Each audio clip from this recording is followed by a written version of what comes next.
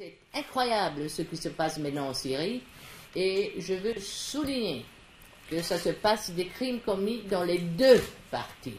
Alors, normalement, la politique dit il y a les bons et les mauvais.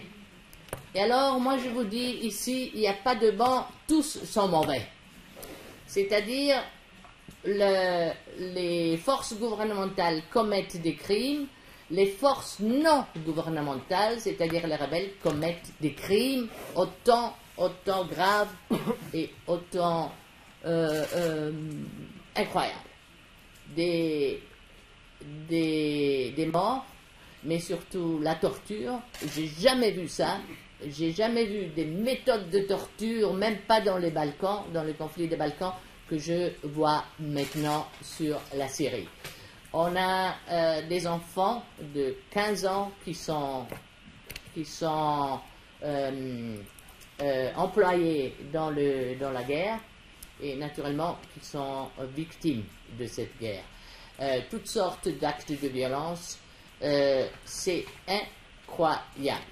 Destruction de vie humaine, destruction aussi des sites historiques, destruction d'un pays se fait jour par jour. La solution politique est la seule solution possible en Syrie, d'après nos connaissances.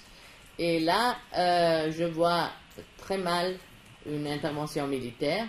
Mon expérience dans les Balkans me dit que c'est seulement plus de victimes, plus de morts, et ça rendrait encore plus difficile une solution politique.